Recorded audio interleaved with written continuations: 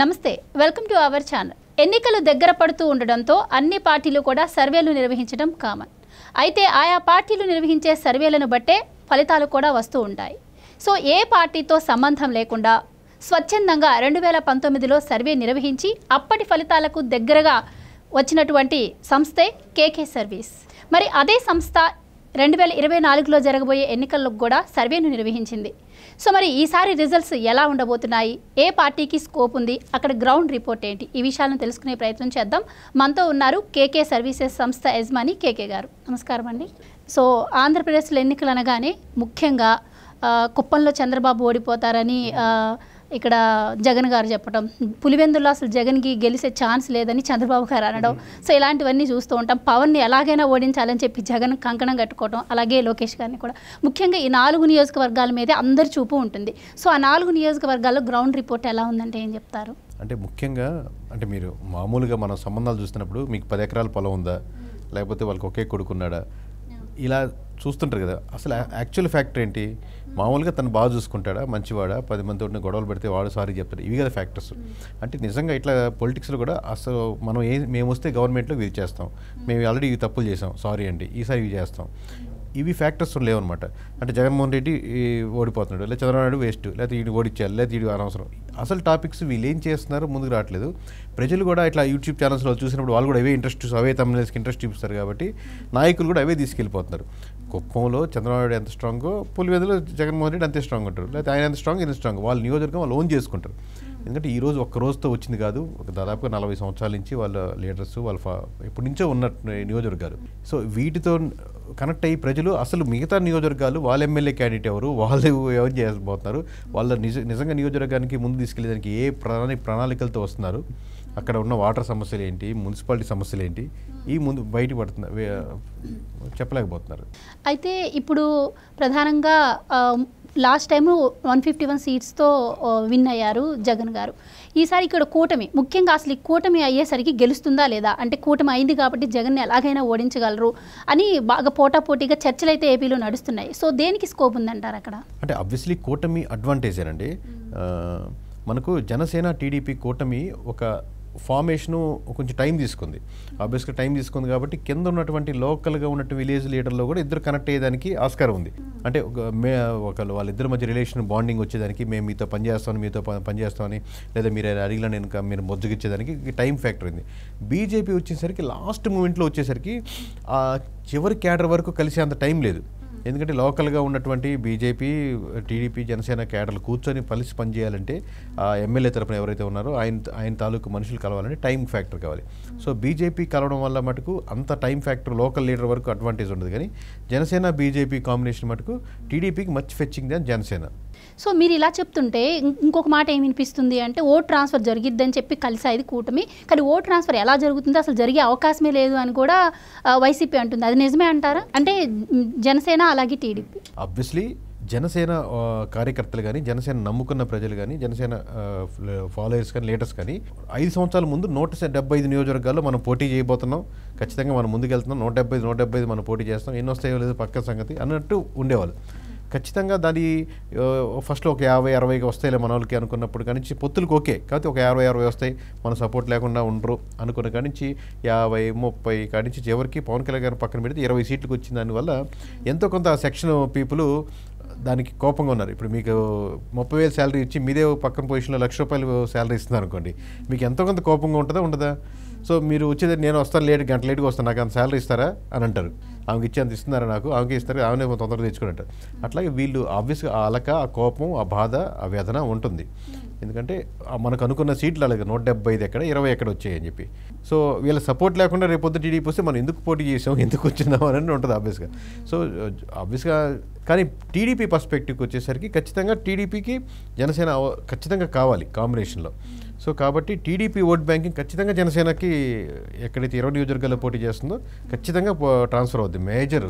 కానీ Janasena vote banking 144 నియోజకవర్గాల్లో TDP పోటీ చేసే దగ్గర ఎంతెంత కాపు ఓట్ బ్యాంకింగో లేదా జనసేన ఓట్ బ్యాంకింగో ట్రాన్స్ఫర్ అవుద్ది అనేది డౌట్ఫుల్. 50%, 60%, 80% అనేది ఒక్కొక్క అక్కడున్న సమీకరణాలను బట్టి మారుతుంటుంది. రైట్. ముఖ్యంగా బీజేపీ వచ్చి లాస్ట్లో యాడ్ అయింది.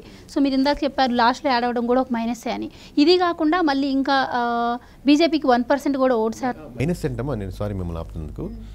ఇప్పుడు 10 మంది ఎమ్మెల్యే క్యాండిడేట్లు అనౌన్స్ చేశారు అనుకోండి. 10 మంది క్యాండిడేట్లు ఇప్పుడు ఇంకా నియోజకవర్గం తిరగలేదు. ఒక నియోజకవర్గం అంటే 4 మండలాలు, మండలానికి ఒక 100 గ్రామాలు ఉండి ఆ గ్రామాలకు వెళ్ళి తిరిగి చేస్తుంటేనే కదా కొత్త క్యాండిడేట్ ఇప్పుడే అనౌన్స్ చేశారు. కాదంటే కూటమి ఆ సపోర్ట్ ఉంది, అడ్వాంటేజ్ అవుద్ది. మీకు టీడీపీ ఓట్లు వేసేదని రెడీగా ఉన్నారు, జనసేన ఓట్లు వేసేదని రెడీగా ఉన్నారు.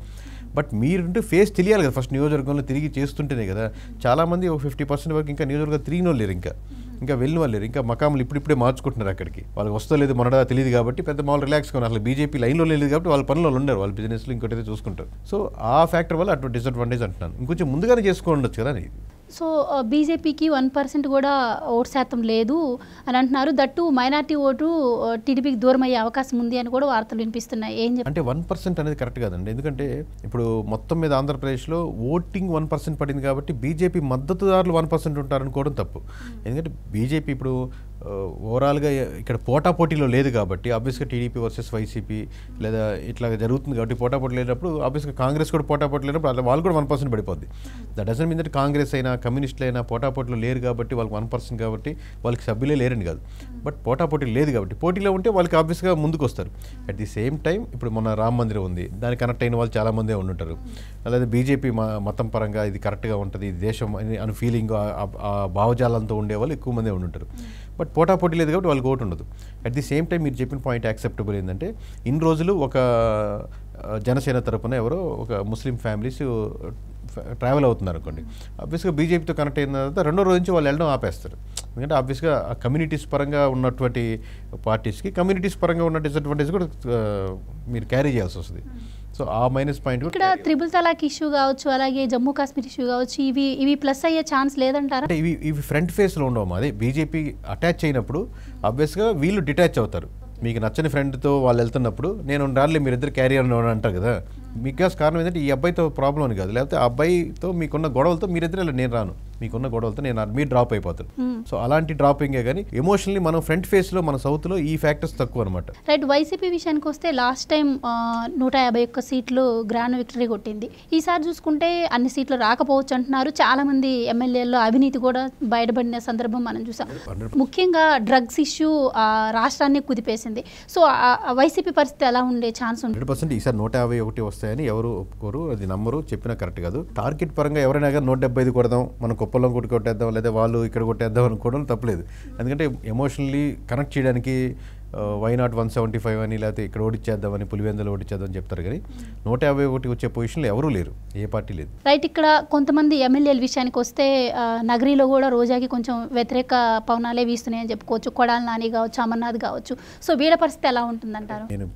మనకు యాక్చువల్లీ జెన్యూన్గా మనం చేసుకుంటూ 1 by 1 మనం ఎమ్మెల్యేస్కి ఏ పార్టీకి సంబంధించిన చేసుకుంటూ వస్తున్నాం కాబట్టి ఇండివిజువల్గా నేను పేర్లు ప్రస్తావించి చెప్పే పొజిషన్ ఇంకా టైం ఉంది కాబట్టి చెప్తాను. సో ఆ నియోజకవర్గాలను బట్టి బట్ మీకు ఒక చెప్పగలుగుతానంటే 26 మంది వరకు మనకు మినిస్ట్రీస్ వర్క్ చేశారు వైఎస్ఆర్సీపీకి, కరెంట్ కానీ తర్వాత ఇంతకుముందు కానీ. 80% మటుకు ఓడిపోయేదానికి సిద్ధంగానే ఉన్నారు. Ministries is the face of the any government. అంటే ఇక్కడ మీరు పనిచేసే ఎంప్లాయీస్ని బట్టి ఒక గవర్నమెంట్ ఎలా ఆర్గనైజేషన్ ఎలా ఫేస్ అవుతారో మీరు వాళ్ళు బాగా చేస్తే ఇంకొంచెం ముందుకెళ్తారు. అలాగే పార్టీ కూడా మినిస్ట్రీస్ వర్కింగ్ దాన్ని బట్టి ముందుకెళ్తూ ఉంటుంది. వాళ్ళ ఫేస్ వాళ్ళని చూస్తుంటారు. మీరు రోజా మాట్లాడలేదు ఎన్విరాన్మెంట్ చూస్తూ ఉంటారు, లేదా అమర్నాథ్ గారు చూస్తుంటారు, లేదా కొడాలి నాని గారు చూస్తుంటారు, లేదా ఇంకోరు చూస్తుంటారు, హోమ్ మినిస్టర్ గారు చూస్తుంటారు. వీళ్ళంతా వర్క్ చేస్తే ఎన్విరాన్మెంట్ బట్టి పీపుల్ ఒక ఒపీనియన్కి వస్తారు. బాగుంది ఇలాంటి వాళ్ళు ఉండాలనో, అమ్మో ఇలాంటి వాళ్ళు మటుకు ఉండకూడదురానో ఏదో ఒక ఒపీనియన్కి వస్తారు. సో వీళ్ళు సెక్షన్లో మటుకు ఒక 80% మటుకు మినిస్ట్రీస్ ఓడిపోయేదానికి సిద్ధంగా ఉన్నారు. ఓన్లీ ఒక 20% మాత్రమే టఫ్ కాంపిటీషన్ ఇస్తున్నారు. మరి ఎంపీ సీట్ల విషయానికి వస్తే ఏ పార్టీకి ఎక్కువ స్కోప్ ఉండే ఛాన్స్ ఉంటుందంటారు? అబ్వియస్గా ఇది డైరెక్ట్లీ ప్రపోర్షనల్ కాబట్టి ఇంకొంచెం టైం తీసుకుంటాను. నేను నెక్స్ట్ ఇంటర్వ్యూలో మీకు డీటెయిల్గా మాట్లాడతాం ఇవన్నీ. రైట్. లాస్ట్ టైం చూసుకుంటే టీడీపీకి 23 స్థానాలే వచ్చాయి. మరి ఈసారి కూటమిలో ఉంది. మరి టీడీపీ ఎన్ని స్థానాలు గెలిచావు? మీరు మళ్ళీ అక్కడికే తిప్పి మళ్ళీ ఆడికే వస్తున్నారు.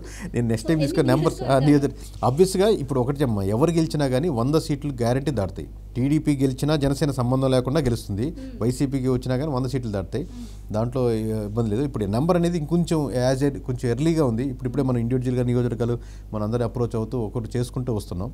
ఇంకొక 1 వీక్, ఎందుకంటే ఇప్పుడే క్యాండిడేట్స్ ప్రకటించారు. ఆబ్వియస్లీ క్యాండిడేట్ మిమ్మల్ని చూసి ఒక 2000 ఓట్లు 10,000 ఓట్లు వస్తాయి కాబట్టి మిమ్మల్ని ఎమ్మెల్యేగా నిలబెడతారు. సో ఇప్పుడే నిలబెట్టినప్పుడు రేపు పొద్దున ముందుగానే వచ్చిన సర్వేస్ వీళ్ళు గెలిచేస్తారంటే చెప్పగలుగుతారు. ఆ ఎమ్మెల్యేని ఎంత వెయిట్ చేసి టీడీపీ కానీ వైసీపీ కానీ ఎంతో మదనపడి ఒక క్యాండిడేట్ని తీసుకొస్తున్నాయి. ఎందుకు తీసుకొస్తున్నాయి? ఎవరో పెట్టేయచ్చు కదా, కాదు కదా. వాళ్ళతో పాటు ఓట్ బ్యాంకింగ్ కూడా ఉంటుందని. వాళ్ళు రాకముందే మీరు చెప్పేస్తే ఇంకా మీరు ఇంటర్వ్యూ చేయకముందే ఇంటర్వ్యూ సరిగ్గా చేయదని చెప్పినట్టు ఉంటుంది అనమాట. విషయం అడగట్లేదు. టీడీపీ అయితే ఇప్పుడు వచ్చింది. టీడీపీ అయితే కొంతకాలం క్రితమే ప్రకటించింది, మేబీ 1 మంత్ ఆ టైంలోనే ప్రకటించింది. సో ఇప్పటి వరకు మీరు ఎన్ని నియోజకవర్గాల్లో సర్వే చేశారు? అక్కడ మీరు సర్వే చేసిన వాటిలో ఏ పార్టీకి స్కోప్? ఇప్పుడు మనకు జిల్లాల వారుగా చూస్తే విజయనగరం ఫుల్ ప్లెజర్గా చేస్తున్నామమ్మా, వైజాగ్ ఫుల్ ప్లెజర్గా చేస్తున్నాం. గోదావరి జిల్లాలు మనకు మెయిన్ పట్టు గోదావరి జిల్లా అనమాట. ఫస్ట్ సర్వేస్ మొదలు పెట్టింది ఫస్ట్ నుంచి 2019 గోదావరి జిల్లాలే. మనకి అక్కడ స్లీపర్ సెల్స్ కానీ ఇన్ఫర్మేషన్ గ్యాదర్ చేయడం కానీ సర్వేయర్స్ కానీ ఎక్కువ ఉండేది. సో ప్రకాశం వరకు ఇక్కడ దాకా బాగా చేస్తున్నాం, అనంతపురం ఎక్కువ చేస్తున్నాం. మిగతా చోట్లంతా ఆర్డర్ల ప్రకారంగా చేసుకుంటున్నాం. మీరు సర్వే చేయమని నాకు ఆర్డర్ ఇస్తే అక్కడ జనాలు పంపించడం చేసుకుంటున్నాం. సో ఓవరాల్గా లాస్ట్కి మీరు అడిగే క్వశ్చనే ఎలక్షన్స్ రిజల్ట్ ముందు ఎన్ని సీట్లు వస్తాయి కేకే గారు అని అడుగుతారు. కాబట్టి మిగతా నియోజకవర్గాలు కూడా ఫుల్ ప్లెజ్డ్ శాంపుల్స్ తీసుకోపోయినా ఎవరు గెలుస్తారన్న పల్స్ తెచ్చుకుంటూ ఉన్న ఇన్ఫర్మేషన్. సో మేబీ 1 వీక్ 10 డేస్లో ఇంకొంచెం గట్టిగా ఇన్ఫర్మేషన్ మనం చెప్పగలుగుతాం, షేర్ చేయగలుగుతాం. రైట్. ఇక్కడ ఒక మాట వినిపిస్తూ ఉంది. ఈ హిందూపురం నుంచి బాలకృష్ణ గారు, పిఠాపురం నుంచి పవన్ కళ్యాణ్ గారు, మంగళగిరి నుంచి లోకేష్ గారు. సో ఈ ముగ్గురి మీద కూడా వైసీపీ అంత రీసెర్చ్ చేసి కూడా లేడీస్ని ఎందుకు పోటీకి నిలబెట్టింది అండ్ దాని వెనక ఒక స్ట్రాటజీ కూడా ఉంది అనే వార్తలు అయితే వస్తున్నాయి. ఆ స్ట్రాటజీ ఏంటో నాకు తెలుసు, కానీ నేను డైరెక్ట్గా మాట్లాడడానికి లేదు. సో దాన్ని ఎలా చెప్పండి, మీకేం చెప్పండి. మామూలు వీళ్ళు అంటే గెలిచే ఛాన్స్ ఏ పార్టీ అయినా గెలిచే అవకాశం ఉన్న వాళ్ళకి వీలైనంతలో గెలిచే వాళ్ళని నిలబెడుతుంది అనుకుంటాము.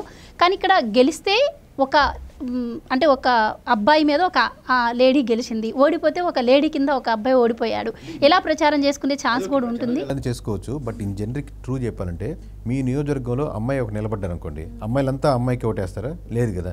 లేదా ఒక బీసీ నాయకుడు నిలబెట్టారు అనుకోండి, అందరు బీసీలు వెళ్ళి అమ్మాయికి వాళ్ళకే ఓటేస్తారా? ఒక బీసీ ఓటేసినా లేకపోతే ఒక ఎస్సీలు, మనంతా ఎస్సీలకి ఓటేయాలి. 175 మంది ఓసీలు కాబట్టి మనం ఓసీలకే కనెక్ట్ చేయాలి. ముసలోడు కాబట్టి మనం ముసలోడు నిలబెట్టి మనం ముసలాయినా ఆయన ముసలాయినా మన ముసలోడికే ఓటేయాలి, అట్లా ఉండదు. ఎవరికి ఓటేయాలనుకున్నాలో వాళ్ళు ఫిక్స్గా ఓటేస్తారు. ఆబ్వియస్గా లేడీ ఓటు అయ్యో పాపం అన్యాయం అని ఉండదు కదా, అన్యాయంగా లేడీ ఓడిపోయింది అనే ఉండదు కదా. ఇప్పుడు 100 కోట్లు ఉండేవాడు కదా చెప్పుకుంటా ఉంటారు, నేను వెనకబడిన తరగతుల నుంచి వచ్చానని. వెనకబడిన తరగతులు మీకు ఆల్రెడీ 100 కోట్లు ఉన్నాయి, ఇప్పుడు నువ్వు ఇంకా ఆ తరగతి అనుకుంటే ఎట్లాగా అనేది ఇమీడియట్గా వచ్చే క్వశ్చన్. సో అట్లాగేముండదు. ఇప్పుడు బాలయ్య బాబు గారిది పోయినసారి 2019 చూస్తే గ్రాఫ్ ఇప్పుడు వరకు 2024 వరకు మీరు సోషల్ మీడియాలో కానీ లేకపోతే మామూలుగా ఆయన ఇంటర్వ్యూ చేసే ఇంటర్వ్యూలో మామూలుగా ఒకప్పుడు అయిపోయింది బాలయ్య బాబు గారు మామూలుగా సినిమా తర్వాత మళ్ళీ 10 సినిమాలు ఫెయిల్ అయ్యి తర్వాత మళ్ళీ హిట్ సినిమాకి ఎప్పుడో వచ్చేది, అట్లా ఉండేది. ఇప్పుడు చూస్తే ఇప్పుడు ఆల్మోస్ట్ ఆయనతో చిరంజీవి గారు కానీ నాగార్జున కానీ వెంకటేష్ గారు కానీ కంపేర్ చేసేస్తే ట్రెండింగ్లో మామూలు బాలయ్య బాబు గారే ఉన్నాడు. ఒకప్పుడు కొడతాడు రా బాబు అని అపోజిషన్లో ఉండేవాడు కూడా కొట్టేది కొంచెం పర్లేదు కరెక్టే అన్నట్టు ట్రెండింగ్లోకి వచ్చారు. సో అట్లా నియోజకవర్గంలో ఉన్న ఆ డెవలప్మెంట్ చేసే విషయాలు కానీ మామూలు క్యాన్సర్ హాస్పిటల్లో చేసుకునే విషయంలో కానీ ఓవరాల్గా ఆయన పాత కెరీర్లో ఎంత పాజిటివ్ ఉందో లేదో మనకు తెలియదు. కానీ ఈ 5-6 ఏళ్లలో మటుకు ఓవరాల్గా ఒపీనియన్ చాలా ఫాస్ట్గా డెవలప్ అయింది ఆయన మీద. సో అది అద్భుతంగా వీళ్ళందరితో పోలిస్తే ఆయనకి అడ్వాంటేజ్. ఎందుకంటే నియోజకవర్గం అదే నియోజకవర్గం అంటు పెట్టుకున్నారు, చాలా సంవత్సరాలు అంటున్నారు. కాబట్టి మీరు చెప్పినటువంటి మిగతా నియోజకవర్గాలతో పోలిస్తే పిఠాపురం ఇంకోటి ఏమన్నారు మంగళగిరి వీటితో పోలిస్తే బాలయ్య బాబు నియోజకవర్గానికి ఎక్కువ అడ్వాంటేజ్ ఉంటుంది జనరల్గా చెప్తున్నాను మామూలు. అయితే మీరు ఇప్పుడు ఎంపీ సీట్ల విషయం కొంచెం టైం కావాలని అడిగారు, కానీ మిగతా వాళ్ళందరి సంగతి తీసి పక్కన పెడితే RRR రఘురామకృష్ణరాజు గురించి మాత్రం హాట్ టాపిక్గా నడిచింది. సో మీ సర్వేలో ఎక్కడో చోట దాని గురించి రిజల్ట్స్ వచ్చే ఉంటుంది. సో నర్సాపురం నుంచి ఆయనకి టికెట్ ఇవ్వలేదు, మరి ఇప్పుడు ఆయన టికెట్ గురించి సస్పెన్స్ అయితే కొనసాగుతుంది. అక్కడ ప్రజలు ఆబ్వియస్లీ ఇప్పుడు వైఎస్ఆర్సీపీకి సపోర్ట్ చేసే కోర్ అభిమానులు, టీడీపీకి సపోర్ట్ చేసే కోర్ అభిమానులు, మిగతా వాళ్ళు వాళ్ళ పనులు చూసుకుంటే ఈ గోళం మనకి ఎందుకు, మరి ఎవరు వచ్చినా మార్పు ఉండదు అనుకునే వాళ్ళు మిగతా వాళ్ళు ఎక్కువ శాతం ఉంది, 50-60% ఉంది. ఈ 30%లో 15 అనుకుందాం లెట్స్ అజ్యూమ్. వీళ్ళు మటుకు అంటే లెట్స్ టీడీపీ వాళ్ళు చూసుకుంటే వీళ్ళకి ఫ్రంట్ ఫేస్ ఫస్ట్ నుంచి నర్సాపురంలో ఆయనే RRR గారే. రఘురామ కృష్ణరాజు గారి ఫ్రంట్ ఫేజ్. ఎందుకంటే బయటకు వచ్చి వైఎస్ఆర్సీపీ మీద ఎదురుబావుట ఎగరేసిన ఆయనే కాబట్టి ఆయనతో ఎక్కువ కనెక్ట్ అయ్యి మామూలుగా ఆయన చెప్పేది కరెక్ట్ అని రెగ్యులర్గా ఇంటర్వ్యూస్ చేసుకుంటా. సో ఫస్ట్ ఫేజ్ ఆయనే తీసుకొచ్చారనమాట. ఎవరైతే ఫస్ట్ ఫేజ్ తీసుకున్నారో ఆయనకి ఆ మాత్రం ఇవ్వకపోవడం అనేది లోకల్గా వాళ్ళు కూడా కొంచెం డిఫరెన్స్ అయ్యే ఒపీనియన్ ఉంది, అవకాశం ఉంది. అట్ ది సేమ్ టైం వాళ్ళు ఆయన వీళ్ళు ఇండిపెండెంట్లంతా కలిపి గ్యాదర్ చేసి వీళ్ళ ఎదురుబావుట ఎగరేస్తే వాళ్ళకి సపోర్ట్ చేసే ఆస్కారం కూడా ఉంది. మేబీ టీడీపీ వన్స్ మోర్ దానికి ఏదో చర్చలు జరుగుతున్నట్టు డిస్కషన్ వేరే దగ్గర ఇస్తుంటే ఆయన వద్దన్నారు. ఇప్పుడు దాని మీద డిసిషన్ తీసుకోవాలి మరి ఎట్లా ఏంటనేది. సో ఇప్పటి వరకు మీరు నిర్వహించిన సర్వేలో సర్వే నిర్వహించిన నియోజకవర్గాల్లో జగన్ పాలనకి ఎన్ని మార్కులు ఇస్తున్నారు ప్రజలు? నేను ఇది ఇండివిజువల్ కాదమ్మా. సర్వేయర్కి ఎవరైనా బాగా చేస్తున్నారంటే అడ్వాంటేజ్ అంటే వాళ్ళు ఎప్పుడైతే న్యూట్రల్గా ఉండగలుగుతున్నారో, వాళ్ళు అప్పుడే డిటాచ్గా ఉంటే వాళ్ళు పర్ఫెక్ట్గా మీరు తూకం వేయగలుగుతారు. వచ్చింది మన అమ్మాయే కదా పట్టు అని చెప్పి ఇట్లా ఉంచుతున్నారంటే అది ఎప్పుడు నేను ఎన్ని మార్కులు వేస్తున్నారని దాన్ని బట్టి కాదు. ఇప్పుడు అదే అందుకే ఎమ్మెల్యే నియోజకవర్గాల్లో ప్రజలే అదే కదా, ఇది నియోజకవర్గం కట్టి క్రోడీకరిస్తే కంప్లీట్గా మనకు అప్పుడు డేటా. ఇప్పుడు అందుకే నేను మొత్తం అడగట్లేదు, ఇప్పటి వరకు మీరు నిర్వహించారు. అదే మీకు ప్రశ్న అర్థమైంది. ఇది నెంబర్ ఎట్లా ఉంటుందంటే లెట్స్ 175ని 100 అనుకున్నాం అనుకోండి, రేపు పొద్దున్న 70 సీట్లు టీడీపీకి వచ్చిందంటే 30 అంటే 70% మంది అపోజ్ చేసినట్టే కదా. అంటే ఓటింగ్ పర్సంటేజ్ బాగా ఎక్కువ నియోజకవర్గాలు ఇప్పుడు 151 సీట్లు వచ్చినాయి. కంప్లీట్గా టీడీపీని వద్దనుకున్నప్పుడే కదా 150 వచ్చింటాయి. ఇప్పుడు రేపు పొద్దున కంప్లీట్గా వైసీపీని వద్దనుకుంటే వీళ్ళకి అన్ని సీట్లు వస్తాయి. సో ఆ రిజల్ట్ లాస్ట్లో మీకు 1 వీక్ 2 వీక్స్ తర్వాత చెప్పే నెంబర్ని బట్టే వస్తుంది కానీ ఇండివిజువల్గా నేను ఇచ్చే నెంబర్ కాదు అది. సో అది it will take some time ఫైనల్గా ఆన్సర్ అది. లాస్ట్గా 1 మోర్ క్వశ్చన్ అండి. ఇప్పుడు జగన్ గారు 88 మందికి కొత్త అభ్యర్థులను తీసుకున్నారు. సో అది తెలంగాణను ఫాలో అయ్యారనో ఏవో వార్తలు అయితే వచ్చినాయి. మొత్తానికి ఆయన ఎందుకు తీసుకున్నా కూడాను ఇప్పుడు ఉన్న వాళ్ళ మీద వ్యతిరేకత ఉందా? ఇప్పుడు మిగతా వాళ్ళ మీద 88 మీద కొత్త వాళ్ళని తీసుకోవడం ఆయనకి ఎసెట్ అవుతుంది అంటారా? ఎలా ఉంటుంది? ఫాలో అవడం గెలవడం ఏమి ఉండదండి. మీరు ఇంటర్వ్యూ చేసి ఈ అమ్మాయి బాగా మాట్లాడుతుంది అంటే మీరు తీసుకుంటారు, మీకంటే బాగా మాట్లాడాలంటే ఇంకోటి తీసుకుంటారు. ఏ పార్టీ అయినా సరే వీళ్ళు ఓటములకి దోహదపడతారు, వీళ్ళతో ఉంటే అడ్వాంటేజ్ అవుద్ది అనుకుంటే వాళ్ళు తీసుకుంటారు. అమ్మో ఈ మినిస్ట్రీ వచ్చిన మాటలకి చేతులకి మొత్తం అంత నియోజకవర్గం అంతా వేస్ట్ అయిపోయిందంటే వాళ్ళు పక్కన పెట్టి కొత్త వాళ్ళకి కూడా అవకాశం ఇస్తారు. టీడీపీ అయినంత, వైసీపీ అయినంత, జనసేన అంతే. దాంట్లో కొంచెం డబ్బు ప్రభావం ఉంటుందా లేదా కుల ప్రభావం ఉంటుందా ఎన్ని క్రోడీకరించి డిసిషన్ తీసుకుంటారు. సో 88 కొత్త ఫేజ్లో అంటే కొన్ని సెక్షన్స్లో డిసడ్వాంటేజ్, కొన్ని సెక్షన్లో అడ్వాంటేజ్ ఏంటంటే ఫస్ట్ ఆఫ్ ఆల్ ఫ్రెష్గా ఉంటారు, వాళ్ళు తిరగలుగుతారు. గెలుస్తామా ఓడతామా అనేది సంబంధం లేకుండా పార్టీ ఏం చెప్పింది అంటారు. డిసడ్వాంటేజ్ ఏంటంటే ఇప్పుడే వచ్చారు కదా, కనెక్షన్ ఉండదు. మామూలుగా ఓవరాల్గా ఆల్రెడీ గడిచిన ఎమ్మెల్యేతో ఉన్నంత కనెక్షన్ వీళ్ళకి ఉండదు. మీరు బయట ఇమేజ్ పక్కన పెడితే లోకల్గా ఉన్నటువంటి కనెక్షన్ వాళ్ళకి ఉంటుంది. ప్రతి పెళ్లికి వెళ్తూ ఉంటారు కదా, పెళ్లికి వచ్చినప్పుడు మా పెళ్లికి వచ్చారు ఎమ్మెల్యే గారు, లేకపోతే ఇంకోటి వచ్చారు, కష్టానికి వచ్చారు, నిలబడ్డారు, ఇంకోటి జరుగుతూ ఉంటుంది. పాజిటివ్ నెగిటివ్స్ రెండు ఉన్నట్టే. సో ఈ కనెక్షన్స్ కొత్తగా వచ్చిన ఎమ్మెల్యేకి ఉండదు. ఈ 88 మంది ఫ్రెష్గా వచ్చినారు అనమాట. Thank you. Thank you.